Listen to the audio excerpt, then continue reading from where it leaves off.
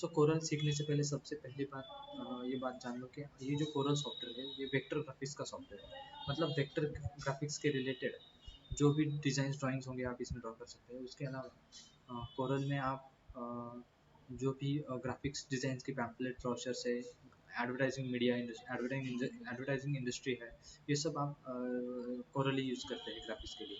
Okay. और ये heavy नहीं है, बहुत ही लाइट सॉफ्टवेयर है, इसलिए आपका कंप्यूटर का जो कॉन्फ़िगरेशन है ये हेवी नहीं होगा, या फिर आपका कॉन्फ़िगरेशन ज़्यादा हाई लेवल का नहीं होगा तो भी आप इस पर काम कर सकते हैं। ओके। तो सबसे पहले हम देखते हैं इसमें क्या क्या हम कर सकते हैं। ओके। सबसे पहले तो हम इसे पैम्पलेट डिज़ाइन भी कर सकते हैं, लेकिन उससे पहले हम टूल्स जो है लेफ्ट साइड में जो टूल्स है ये हम सब टूल्स देखने वाले हैं। इसमें क्या क्या दिखाता हूँ आपको। यहाँ पर टाइटल बार है जिसपे आपका कोरल का टाइटल आ रहा है। यहाँ पर मेनू बार है, जो भी मैं यहाँ पर माउस यहाँ पर हॉवर करता हूँ तो आपको दिख रहा है। ठीक है। अभी ये जो X6 का वर्जन है, ये X6 का वर्जन में विंडोज़ 10 में चला रहा है, इसीलिए यहाँ पर ये टाइटल बार जो है मेनू बार जो है ये हाईलाइट नहीं हो रहा है अच्छे से। ठीक। लेकिन आप समझ लेना कि अगर कॉम्पिटेबल होगा विंडोज 7 होगा तो ये अच्छे से दिखेगा। उसके बाद नीचे भी आपको जो स्टैंडर्ड टूल बार दिख रहा है, तो ये भी आपको यहाँ पर आप अलग अलग टूल्स यहाँ से एक्सेस कर सकते हैं। ठीक है। उसके अलावा आपको विंडोज़ में यहाँ पर टूल बार्स दिखे हैं। जो टूल बार देखो, मेनू बार है, स्टैंडर्ड टूल बार जो ऊपर दिख रहा है, उसके बाद प्रॉपर्टी बार है, ये जो यहाँ पर दिख रहा है ये पूरा प्रॉपर्टी बार है। ठीक है। उसके बाद है टूल बॉक्स है लेफ्ट साइड में। ओके। और यहाँ पर ओके ये लॉकिंग ऑप्शन है।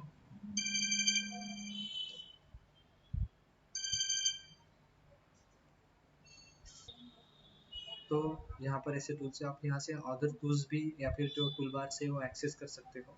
ओके। मैं फिर से आपको एक बार ठीक से बताता हूँ कहाँ पर क्या क्या है इसमें। ओके। तो आप यहाँ पर देख लीजिए, ये जो लेफ्ट साइड में दिख रहा है आपको, ये पूरा टूल बॉक्स है। उसके बाद ये जो पूरा यहाँ पर हाईलाइट हो रहा है ऊपर, ये जो है ये पूरा प्रॉपर्टी बार है, जिसमें आप जो भी ड्रॉ कर रहे हो, जो भी टूल से आप ड्रॉ करते हो उसके प्रॉपर्टीज यहाँ पर होती है। जैसे कि अभी मैंने कोई सिलेक्ट नहीं किया है ऑब्जेक्ट, तो यहाँ पर जो दिख रहा है ये सारे यहाँ पर टूल्स के प्रॉपर्टीज, मतलब अपने पेज की प्रॉपर्टीज दिख रहा है। ओके। तो पेज का ओरिएंटेशन कैसे होना चाहिए वगैरह वगैरह सब इसमें दिख रहा है। उसके बाद यहाँ पर जो है ये पूरा स्टैंडर्ड है, स्टैंडर्ड टूल बार है, ये पूरा जो है स्टैंडर्ड टूल बार है। और ये जो है पूरा यहाँ पर ये जो आपको मैंने अभी यहाँ पर लाइन मारा है पूरा, ये पूरा मेनू बार रहता है, और उसके ऊपर जो है ये टाइटल बार है। ओके। और ये राइट साइड में जो आपको दिख रहा है ना यहाँ पर, ये पूरा कलर पैलेट है। कलर पैलेट्स मतलब यहाँ से कलर सिलेक्ट करते हैं हम। और यहाँ पर जो है बीच में जो पेज दिख रहा है आपको, ये पूरा पेज जो है, ये वाला जो पेज है पूरा, तो ये आपका ड्राइंग एरिया है। ओके। यहाँ पर वर्क स्पेस होता है। यहाँ पर आपको दिखता है, यहाँ पर पेजेस दिख रहे हैं आपको, एक पेज पूरा। आप यहाँ से ऐड कर सकते हो, जितने भी आपको पेजेस चाहिए वो यहाँ से ऐड कर सकते हो आप। ठीक है। वो भी आपको मैं करके दिखाता हूँ।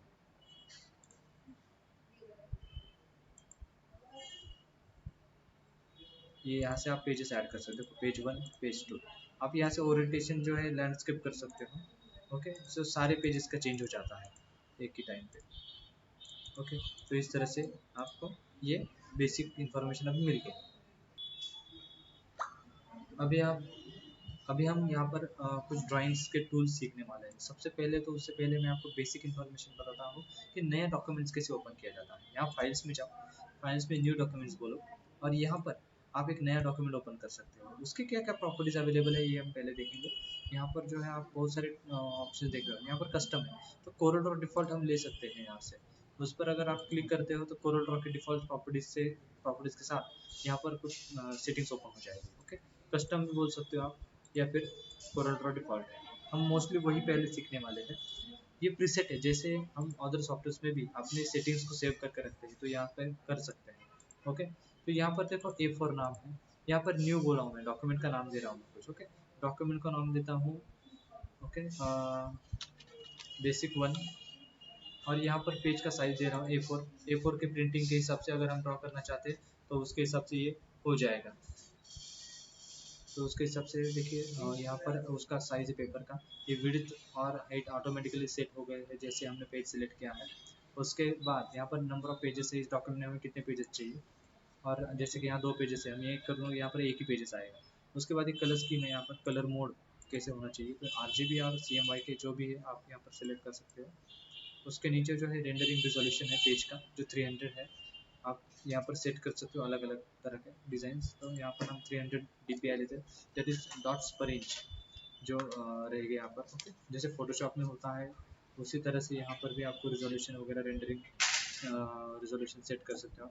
उसके अलावा यहाँ पर कलर मोड जो है, कलर मोड जो है जैसे फोटोशॉप में हम RGB लेते हैं, यहाँ पर CMYK लेना होता है, क्योंकि जो प्रिंटर है वो फास्ट प्रिंटिंग के लिए 4 अलग अलग तरह के कलर यूज कर सकता है, जिससे क्या होता है अलग अलग कॉम्बिनेशन हम डिज़ाइन कर सकते हैं। ठीक है, तो ये है CMYK।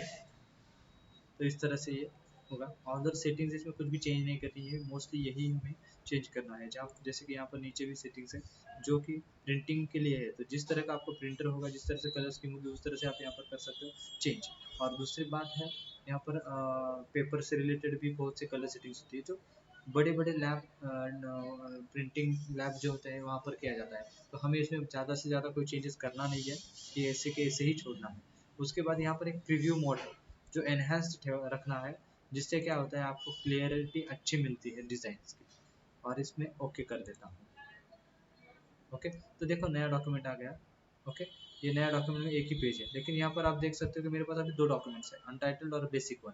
बेसिक वन मैंने जो अभी सेटअप किया, और अनटाइटल्ड जो मेरा पुराना वाला था, तो उसको मैं यहाँ से क्लोज कर सकता हूँ। ओके, ऊपर वाला नहीं, नीचे वाला बटन, और सेव करना है नहीं। ओके, तो अभी एक ही पेज वाला ये डॉक्यूमेंट यहाँ पर ओपन हो चुका है। तो इस तरह से यहाँ पर ये डॉक्यूमेंट ओपन हो चुका है। अभी देखो कैसे ड्रॉ करना है और क्या करना है वो यहाँ से मैं आपको बताऊंगा। आगे हम अभी टूल्स सीखने वाले हैं। ठीक है, अभी जो हमने सेटिंग्स की उसके हिसाब से यहाँ पर ऑटोमेटिकली बहुत सारी चीज़ें आई है, जैसे पेज है, उसके साइजेस है, ओरिएंटेशन है, जैसे लैंडस्केप वगैरह करना है तो वर्टिकल और हॉरिजॉन्टल आप यहाँ से पेजेस को सेट कर सकते हैं। उसके अलावा उसके यूनिट्स हैं जो मिलीमीटर्स में यहाँ पर दिख रहे हैं आपको, इंचेस में कर सकते हो आप, फीट में कर सकते हो, मीटर्स में कर सकते हो, जैसे आपको रिक्वायरमेंट हो। ओके, तो एमएम्स में ही रखा है मैंने। अगर आप फिट में करना चाहते हो तो फिट, या इंचेस में कर सकते हो तो इंचेस में आप कर सकते हो। देखो ये पेजेस के साइजेस ऑटोमेटिकली इंचेस में सेट हो गए सारे। अगर आप मिलीमीटर्स में करते हो तो ऑटोमेटिकली एमएम आ गया आगे। तो इस तरह से आप चेंजेस कर सकते हो इसको। ठीक है, तो वो भी बात यहाँ पर है। अभी यहाँ पर जो पहला टूल है, इसमें अभी टूल सीखने वाले जो टूल बॉक्स में है, तो उसमें पहला जो है पिक टूल है, जिससे हम कोई भी ऑब्जेक्ट पिक कर सकते हैं। जैसे कि आपको मैं दिखा रहा हूँ, यहाँ पर एक ऑब्जेक्ट है। ठीक है, तो मुझे इसको पिक करना है तो मैं इसे क्लिक करके पिक कर सकता हूँ और मूव भी कर सकता हूँ। ठीक है, उसके अलावा इसको स्केल कर सकता हूँ, रिस्केल भी कर सकता हूँ। उसके अलावा अगर देखो इसे मैंने सिलेक्ट किया तो ऐसे ट्रांसफॉर्मेशन नोड्स यहाँ पर दिखते हैं, लेकिन जब मैं फिर से यहाँ साइड में कहीं भी क्लिक कर सकता हूँ एम्प्टी स्पेस में।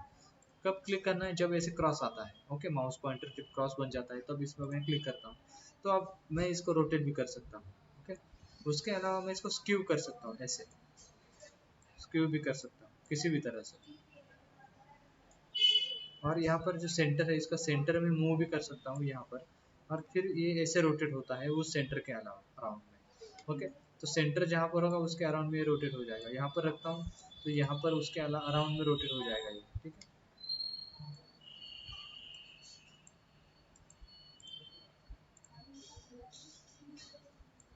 तो ऐसे मैं कर सकता हूँ। उसके अलावा ऐसे स्केल भी कर सकता हूँ मैं।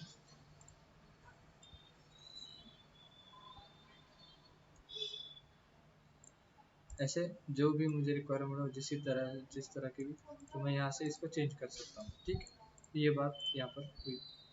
उसके बाद यहाँ पर एक शेप टूल है अलग से।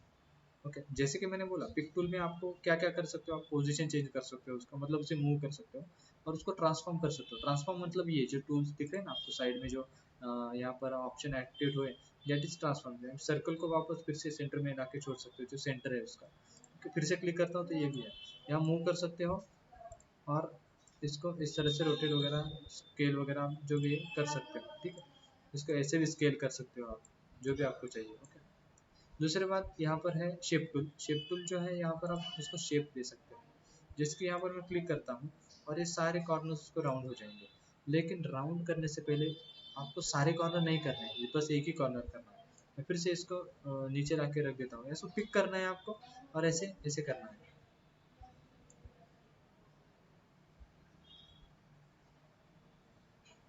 ओके, तो यहाँ से आप ऐसे इसको कर सकते हो। लेकिन मुझे ये जो कॉर्नर है इसका, ये एक ही कॉर्नर करना है, तो क्या करना है, ठीक है। तो यहाँ पर जो एक देख रहे हो आप, ये लॉक है, एडिट कॉर्नर्स टुगेदर, इसको ऑफ कर देता हूँ। तो अब क्या होगा, मैं सिर्फ एक ही, अभी एक सेकेंड, ओके, 1 सेकेंड। हाँ, ये यहाँ से आप हो रहा है, ओके। आप यहाँ से नहीं हो, अगर आप कर सकते हो तो यहाँ पर जाके कर सकते हो उसको एडिट, ओके। फिर से मैंने कम कर, ये वैल्यू जो है आपको यहाँ से बढ़ानी है, कम करनी है, जो आप यहाँ से कर सकते हो। इसको फिर से लॉक कर देता हूँ। अभी यहाँ से अगर मैं वैल्यूज बढ़ाता हूँ तो सारे के सारे एक साथ बढ़ रहे हैं वैल्यू, देखो सारे, ओके। ये 4 कॉर्नर्स के 4 वैल्यूज है। जो पहला वाला कॉर्नर का एक वैल्यू, अलग अलग कॉर्नर के चार चार कॉर्नर है ना हमारे ऑब्जेक्ट में, तो 4 कॉर्नर के 4 वैल्यूज है। आप एक को चेंज करते हो तो सब चेंज हो जाते हैं, क्योंकि ये लॉक, अगर मैं जिसको ऑफ कर देता हूँ और इसको कम कर देता हूँ पूरा 0, तो देखो एक कॉर्नर इस तरह से हो जाएगा, ठीक है। अभी दूसरे वाले को भी मैं कॉर्नर कर देता हूँ, तो मुझे इस तरह का ये ऑब्जेक्ट मिल जाएगा जो यहाँ पर आपको दिख रहा है। उसके बाद यहाँ पर जो है, ये आगे एक ऑप्शन है आउटलाइन विड्थ, ओके। तो ये आउटलाइन विड्थ से यहाँ पर उसका आउटलाइन विड्थ सेट कर सकते हैं, इस तरह से थोड़ा ज़्यादा ले लेता हूँ, ठीक है। तो फिर से क्लियरली मिल जाएगा आपको रिजल्ट। तो ये नन बोल दो कोई भी नहीं, और हेयर लाइन बोलूँगा तो सबसे मिनिमम, जिसको आप जूम भी करोगे ना तो आपको एक छोटा सा दिखेगा बहुत, ओके। ज़्यादा लेना तो ज़्यादा आप ले सकते हो यहाँ से, ओके। तो यहाँ पर कुछ ऑप्शन है, आप मिरर वर्टिकली, हॉरिजॉन्टली, ऐसे आपको ऑप्शन यहाँ पर आते हैं, ठीक है। ये वर्टिकली है, हॉरिजॉन्टली मिरर है, ओके, मिरर हो जाता है यहाँ से। उसके बाद ये जो स्कैलोप कॉर्नर्स है, ये ऑप्शन अलग है, देखो आपको किस तरह से कॉर्नर चाहिए। जो कॉर्नर राउंड हुआ है वो बाहर से चाहिए, अंदर से चाहिए, या चैम्पर्ड कॉर्नर चाहिए, तो ये कॉर्नर आपको यहाँ से चेंज कर सकते हो आप ऑप्शन, ओके। तो ये यहाँ से आप कर सकते हैं, ओके। दूसरी बात तो आप देखो, ये ड्राइंग पूरा जो है यहाँ पर जूम इन जूम आउट करना है, तो आप माइक ये अपना माउस का जो व्हील है, स्क्रॉलिंग व्हील, उससे जूम इन जूम आउट कर सकते हो आप।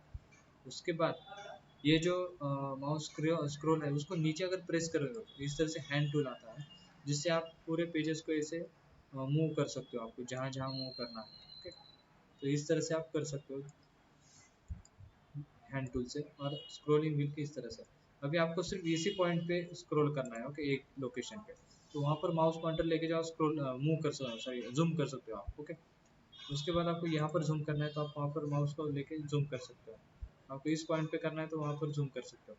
इस तरह से ये ऑप्शंस आपको यहाँ पर अवेलेबल मिलेंगे।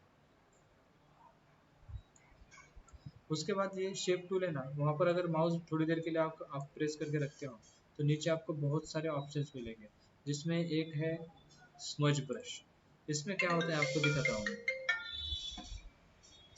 तो यहाँ पर ये स्मज टूल से हम अभी देखो क्या कर सकते हैं। इसका जो साइज़ है, पहले तो यहाँ से हम साइज कम कर सकते हैं, ठीक है। ऊपर जो है यहाँ पर ऑप्शन है, देखो भी छोटा होगा, तो इस स्मूथ टूल से हम ऐसे डिज़ाइन ड्रॉ कर सकते हैं, जो भी है, आप जो भी डिज़ाइन आपके पास हो, आप इससे हम ऐसे ड्रॉ कर सकते हैं, ठीक है। थोड़ा सा ऑडली डिज़ाइन जैसे भी आपको चाहिए, ये टूल ऐसे काम करता है। अभी इसको नाम नहीं दे सकते हम, जैसे कोई टूल हो उसको, लेकिन ये आपको अगर स्मूथ लाइन से लेकर उसको अगर स्मूथनेस नहीं देना है, थोड़ा हार्डन बनाना है, तो इस तरह से आप स्मूथ लाइंस के ऑब्जेक्ट को इस तरह से हार्डन आप बना सकते हो, और ये इस तरह से काम करता है। उसके अलावा यहाँ पर एक ऑप्शन है और ड्राई आउट, ये कहाँ तक ड्राई आउट होना चाहिए उसका भी आपको यहाँ पर कुछ लिमिट है, 10 तक अगर आप हम लेते हैं तो इस तरह से हार्डन ज़्यादा लिया, ओके। इस तरह से हम हार्डन ले सकते हैं। उसके अलावा इस तरह से हम ले सकते हैं हार्डन, ओके। लेकिन ये कितना भी आप नीचे खींचो कम ही आता है, लेकिन जैसे अगर आप इसको कम कर सकते हैं, माइनस में नहीं डालना है, यहाँ पर 0 से 10 में ही डालने हैं वैल्यूज। अगर आप देखो अभी ये बड़ा बहुत दूर तक जा रहा है, ओके, ऐसे बहुत दूर तक जा रहा है, क्यों? क्योंकि हमने ड्राई आउट का जो टाइमिंग है, ये टाइमिंग हमने कम कर दिया है। नहीं तो ज़्यादा होगा तो क्या, कम जल्दी ड्राई आउट होता है, अभी ये थोड़ा देर लगता है ड्राई आउट होने में, ओके। और उसका जो स्ट्रेंथ था वो कम कर दिया। ये एंगल वगैरह जो है आप ये भी चेंज करके इसको अलग अलग थोड़ा सा डिज़ाइन दे सकते हो। ये अभी जैसे वर्टिकल दिख रहा है, आप इसको थोड़ा सा अलग डिज़ाइन दे सकते हो, देखो ये हॉरिजॉन्टल हो गया, इस तरह से हो सकता है। ये जो सर्कल है बीच वाला, ये ओके, यहाँ पर भी एंगल्स है, तो इस तरह से भी आप कर सकते हो। जिस तरह से आपको डिजाइन चाहिए उस तरह से आप डिजाइन में यहाँ पर चेंज कर सकते हो, जो ये आप जिस तरह का आप यूज़ करना है जिस तरह से, ओके। रिक्वायरमेंट के अनुसार यहाँ पर रफ एंड ब्रश टूल है, ये रफ एंड ब्रश टूल जो है ना, इसका भी यहाँ से साइज आप चेंज कर सकते हो, ओके। इसे रफ कर सकते हो आपके एजेस को, आप जिस चीज़ को आपको लाइंस पर घुमाना है तो ये लाइंस रफ हो जाती है। इसमें भी आपको कुछ चेंजेस सेटिंग करना है, फ्रीक्वेंसी ऑफ स्पाइक्स करना है तो आप बढ़ा सकते हो, जिससे ये जो फ्रीक्वेंसी बढ़ गई, ओके, ज़्यादा रफ हो गया। और आपको इसको कम करना है, एक ही ठेया रखना है तो एक सर्कल में एक ही बैठ जाता है, इस तरह से आपको ये हो सकता है, ओके। ये आप कर सकते हो। यहाँ पर ड्राई आउट का भी यहाँ पर ऑप्शन है, ये भी आप ड्राई आउट कितनी देर में होना है ये यहाँ पर आप कर सकते हो, देखो इस तरह से, ओके। तो अलग अलग तरह के ऑप्शन यहाँ पर अवेलेबल है, ठीक है। उसके बाद जो टूल है वो फ्री ट्रांसफॉर्म टूल, ये फ्री ट्रांसफॉर्म टूल आपको पता है, इस तरह से आप इसको रोटेट भी कर सकते हो, देखो ऐसे, ओके। फ्री ट्रांसफॉर्म कर सकते हो इसको। फ्री ट्रांसफॉर्म में भी यहाँ पर ऊपर ऑप्शन दिए हैं, ये जो ऑप्शन है फ्री एंगल रिफ्लेक्शन, ये आपको रिफ्लेक्शन देता है। अब जहाँ पर दो पॉइंट क्लिक करोगे तो एक ऑब्जेक्ट का दूसरा रिफ्लेक्शन दूसरी साइड में जाएगा, देखो। अगर आपको ऐसे ऊपर रिफ्लेक्शन चाहिए तो यहाँ पर आप क्लिक करो, और ऐसे चाहिए कंफर्म कर दो, ये नीचे वाला ऊपर जाएगा, ऊपर वाला नीचे आएगा, इसे रिफ्लेक्शन आएगा।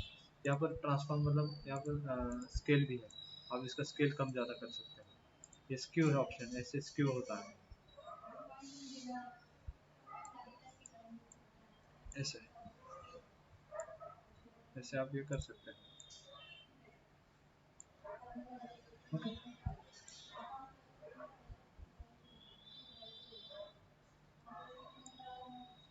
ऐसे आप कर सकते हैं,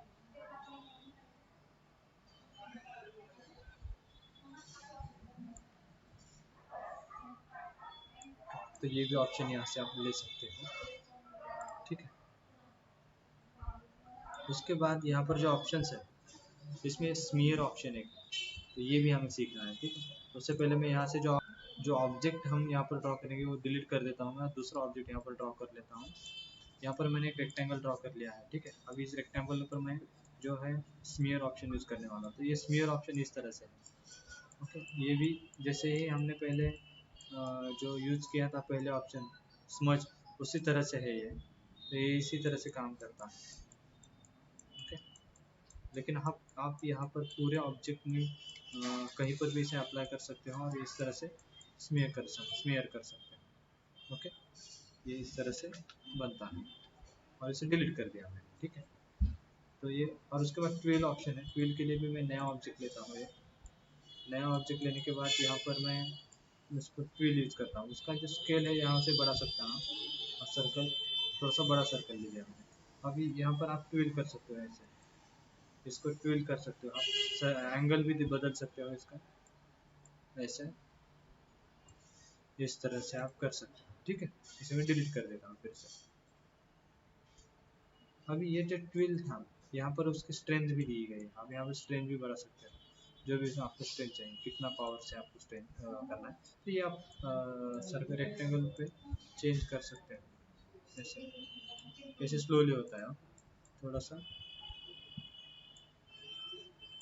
इसको स्ट्रेंथ बढ़ाओगे आप तो उतना तेज़ी से होगा ये, देखो ऐसे, तो ये ऐसे होता है।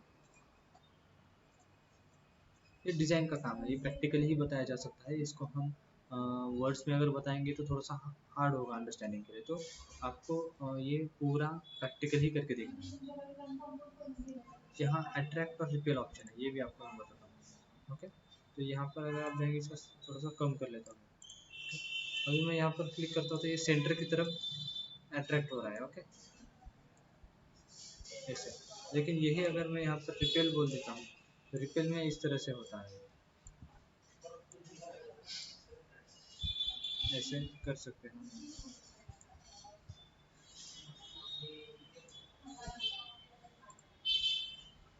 तो ये रिपेल होता है, सेंटर से दूर रिपेल हो जाता है, तो इस तरह से आप यहाँ पर रिपेल और अट्रैक्ट टूल यूज़ कर सकते हो, ठीक है। तो ये दोनों भी टूल्स हमने सीख लिए, अब इसे मैं डिलीट कर देता हूँ।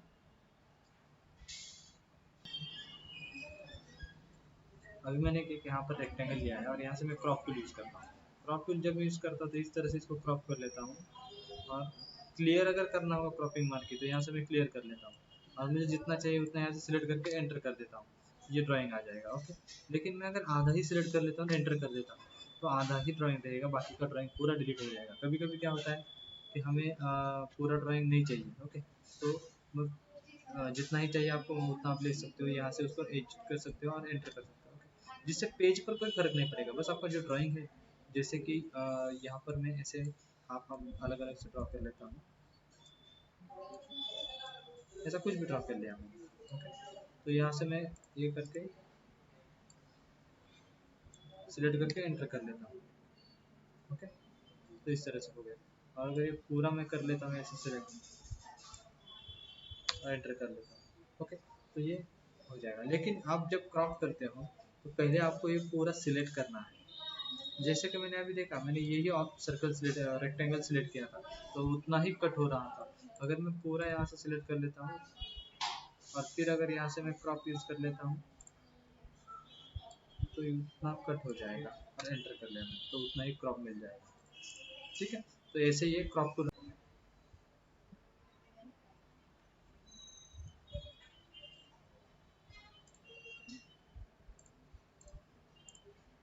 तो यहाँ पर हम आज से आप अभी नाइफ टूल सीखने वाले हैं, तो वो भी देखते हैं किस तरह से काम करता है।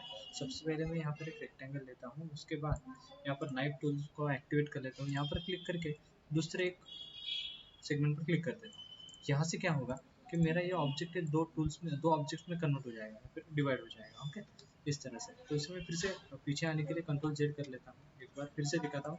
आपको 2 पॉइंट पे क्लिक करना है उस ऑब्जेक्ट के, इस तरह से। तो इसको अभी ये डिवाइड हो गया, ये नाइफ टूल से डिवाइड हो जाता है। ठीक है, उसके बाद इरेजर है, इरेजर से मैं अभी देखो यहाँ पर इरेजर का जो साइज़ है वो कम कर लेता हूँ, और कम करके इस तरह से इरेज कर लेता हूँ। तो क्या होता है, जहाँ पर मैंने इरेज किया उस तरह से ये इरेज हो जाएगा, और जो लाइन है, जो आउटलाइन है, वो इस तरह से कन्वर्ट हो जाएगी जैसे कि इरेजर का शेप था। ओके, तो ये ऑब्जेक्ट अभी इस तरह से बन गया है।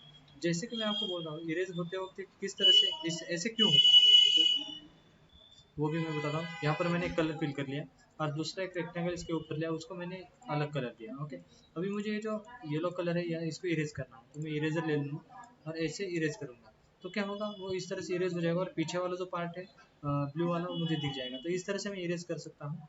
उसके अलावा यहाँ पर एक वर्चुअल सेगमेंट डिलीट है, मैं एक सेगमेंट को डिलीट कर सकता हूँ। ओके, तो यहाँ पर का डिलीट होगा, लेकिन ये बाकी का ऐसे कैसे रहेगा, क्योंकि यहाँ पर एक क्रॉसिंग लाइन था उसका, तो ये पार्ट अलग हो गया। ओके, तो मैं इस तरह से वर्चुअल सेगमेंट डिलीट का यूज़ कर सकता हूँ। अगर यहाँ से मैं एक लाइन ड्रॉ कर लेता हूँ अलग अलग, और फिर एक लाइन को दूसरी लाइन से ऐसे जोड़ देता हूँ, ठीक है, तो फिर अभी ये वर्चुअल सेगमेंट डिलीट कैसे काम करता है ये हम देखने वाले हैं। तो जब एक ऑब्जेक्ट को क्लिक करा हूँ तो वो डिलीट हो गया, दूसरे को किया तो भी हो गया, तीसरे को किया तो भी हो गया, और ये वाले को भी हो गया। तो इस तरह से ये बन जाता है। ओके, सो इस तरह से हमने ये वर्चुअल सेगमेंट डिलीट को यूज़ कर लिया। और यहाँ पर एक जूम और पैन है, ये भी देखने वाले हैं। ये जूम इन जूम आउट जो है हम स्क्रॉलिंग व्हील से कर सकते हैं माउस के, लेकिन अगर यहाँ पर हम क्लिक कर लेते हैं तो इस तरह से ये जूम हो जाता है। और माइनस फिर से हम जूम आउट करना है तो यहाँ से क्लिक करके जूम आउट कर सकते हैं, ये भी ऑप्शन हमारे पास है। उसके अलावा यहाँ पर पैन टूल है, पैन टूल से हम इस तरह से पैन कर सकते हैं हमारे पूरे पेज को, इसके लिए यूज़ किया जाता है। ये भी हम माउस स्क्रॉल व्हील को नीचे प्रेस करके अगर माउस को ड्रैग एंड ड्रॉप करते हैं तो ये हो जाता है। ऐसे दो ऑप्शन है। उसके अलावा यहाँ पर एक ऑप्शन है अभी जिसमें बहुत सारे ड्राइंग टूल्स दिखाए गए हैं, तो ये हम सीखने वाले हैं। सबसे पहले है फ्री हैंड टूल, जिससे हम फ्री हैंड ऐसे ड्रॉ कर सकते हैं, और ये ऑटोमेटिकली स्मूथ हो जाता है। ओके,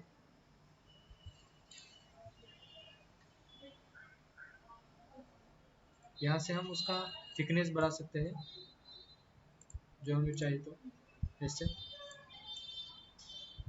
ओके, अभी ड्रॉ करने से पहले अगर इसका थिकनेस हम बढ़ाएंगे तो ये इस तरह से हमें ऑप्शन देता है। हमें ओके ओके कर देता हूँ मैं, तो ये अभी ड्रॉ करूँगा तो इससे थिकनेस आ जाएगा अपने आप। ओके, अगर अगर मैंने कोई ऑब्जेक्ट सिलेक्ट किया है और फिर यहाँ से मैं चेंज कर देता हूँ, तो उसका चेंज जो सिलेक्ट किया हुआ ऑब्जेक्ट है उसका थिकनेस बढ़ जाता है। लेकिन मैंने कोई भी ऑब्जेक्ट सिलेक्ट नहीं किया, तो क्या होगा, तो अब मैं यहाँ से सिलेक्ट कर लेता हूँ, ये पूछता है कि किस कौन से ऑब्जेक्ट को आपको ये प्रॉपर्टी अप्लाई करनी है। तो मैंने ग्राफिक्स करके ओके कर दिया, तो ग्राफिक्स वाले हर एक ऑब्जेक्ट की प्रॉपर्टीज इस तरह से उसका अप्लाई हो जाएगी। ओके, उसके बाद अगला ऑप्शन है 2 पॉइंट लाइन। यहाँ से थिकनेस थोड़ा कम कर लेता हूँ हेयर लाइन पे। ओके, और ऐसे ओके ओके सॉरी, मैंने अभी चेंज नहीं किया। ओके, मैंने किसी भी ऑब्जेक्ट को सिलेक्ट नहीं करना है और फिर यहाँ से हेयर लाइन बोलना है और ग्राफिक्स को ओके करना है। और फिर जब मैं यहाँ से 2 पॉइंट ड्रॉ करूँगा तो ऐसे ड्रॉ हो जाएगा ये लाइन। ओके, मुझे यहाँ से प्रेस करके खींचना है और फिर माउस को जहाँ तक ड्रॉ करना है वहाँ तक जाके छोड़ देना है, फिर ये क्लिक हो जाएगा। पहले क्लिक करके रखो, ड्रैग एंड ड्रॉप करो और फिर माउस को छोड़ दो तो ये अपने आप ऐसे लाइन ड्रॉ हो जाएगी।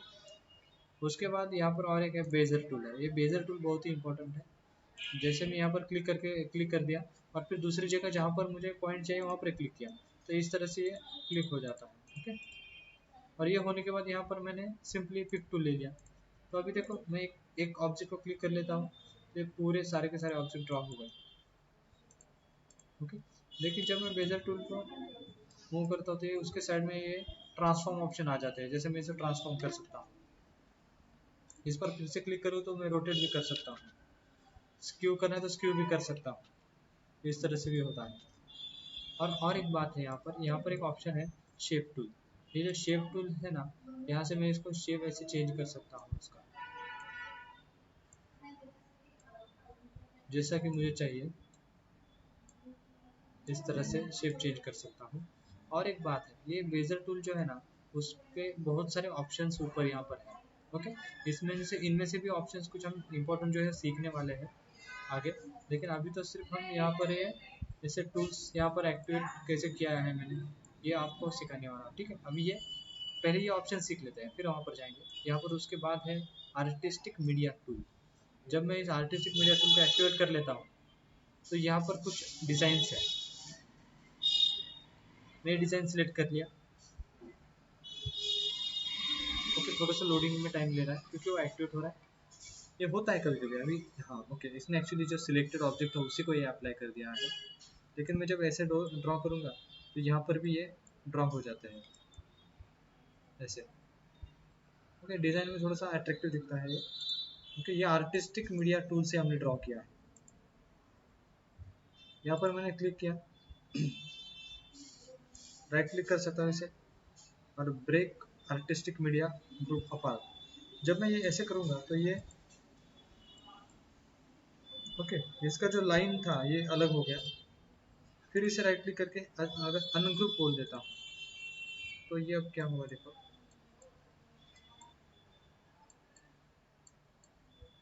ये ऐसे अलग अलग पार्ट्स है।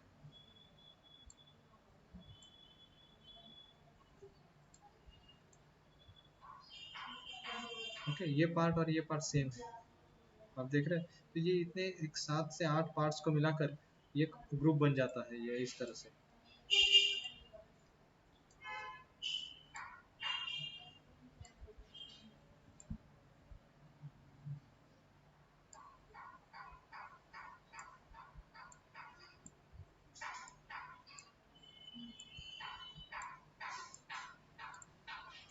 ऐसे इस तरह से ये बन जाता है। ठीक है, तो ये अलग अलग पार्ट्स इसमें होते हैं। लेकिन जब हम इसे राइट क्लिक करके जो ब्रेक अपार्ट किया है तब उसके बाद ये होता है। उसके बाद यहाँ पर पेन टूल है। पेन टूल तो हमने सीखा है, ये ऐसे ड्रॉ कर देते हैं हम पेन टूल से। ओके, इसमें हम कलर फिल कर सकते हैं। यहाँ से आपको अगर किसी भी कोरल ड्रॉ के ऑब्जेक्ट में कलर फिल करना है तो जस्ट सिंपली क्लिक करो, उस ऑब्जेक्ट वो ऑब्जेक्ट क्लोज होना चाहिए, ये बात समझ लो पहले। और फिर उसके बाद कलर पे क्लिक करो, ये जो कलर पैलेट है वहाँ से किसी भी कलर पे क्लिक करेंगे तो कलर अप्लाई हो जाएगा। उसके बॉर्डर का भी कलर आप चेंज कर सकते हो। उसके लिए आपको क्या करना है, ये जो कलर है वहाँ पर जब हम क्लिक करते हैं तो कलर फिल हो जाता है। ओके, लेकिन अगर हम कलर पर राइट क्लिक करते हैं तो उसको बॉर्डर पर एक कलर अप्लाई हो जाता है, ये देखो, है ना। जैसे कि येलो चाहिए तो येलो बॉर्डर ले सकते हो, ब्लू चाहिए तो ब्लू बॉर्डर, ग्रीन जो भी आपको चाहिए, रेड चाहिए तो रेड, इस तरह से हो सकता है। तो इस तरह से इस पर यह अप्लाई किया जाता है। उसके बाद ये बी स्प्लाइन है। ओके, इस तरह से है ये। अगर B spline that is Bezier spline ही बोलते हैं इसे। इस तरह से आप अगर यहाँ पर ड्रॉ कर सकते हैं। ओके, और काम होने के बाद में ये जो जैसे आपको इस तरह से शेप चाहिए, एंटर कर दो। एंटर होने के बाद ये फाइनल हो जाएगा। ओके, तब तक ये चलता ही रहेगा। अब यहाँ पर क्लिक किया तो आप इसको एडिट कर सकते हो, जहाँ जैसे कि यहाँ पर जो ऑप्शन है शेप टूल, ये शेप टूल से इसको एडिट किया जाता है। ये बात पहले समझ लो। इस शेप टूल से इसको एडिट किया जाता है।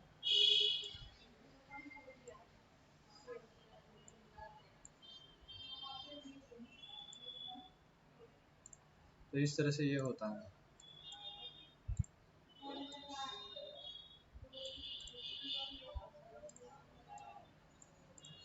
तो इस तरह से ये हो जाता है। अब जिस तरह से शेप उसको देना चाहिए उस तरह से आप इसे शेप दे सकते हैं, जो भी आप चाहें। तो ये इस तरह से काम चलता है इसका। उसके बाद यहाँ पर है पॉली लाइन टूल, जिससे हम पॉली लाइन ड्रॉ कर सकते हैं।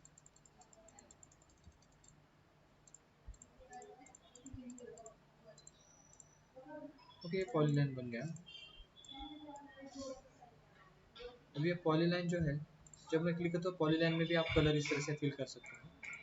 ओके, और इसको एडिट कर सकते हो आप इस तरह से, जैसे कि हमने पेन टूल या बेजर टूल से भी ड्रॉ किया था, उसी तरह से हम पॉली लाइन से भी ड्रॉ कर सकते हैं, जो कि पेन टूल भी यहाँ पर एक्टिवेट हो जाता है, जैसे कि हम पेन टूल से ड्रॉ करते हैं। ओके, तो इस तरह से ये होता है।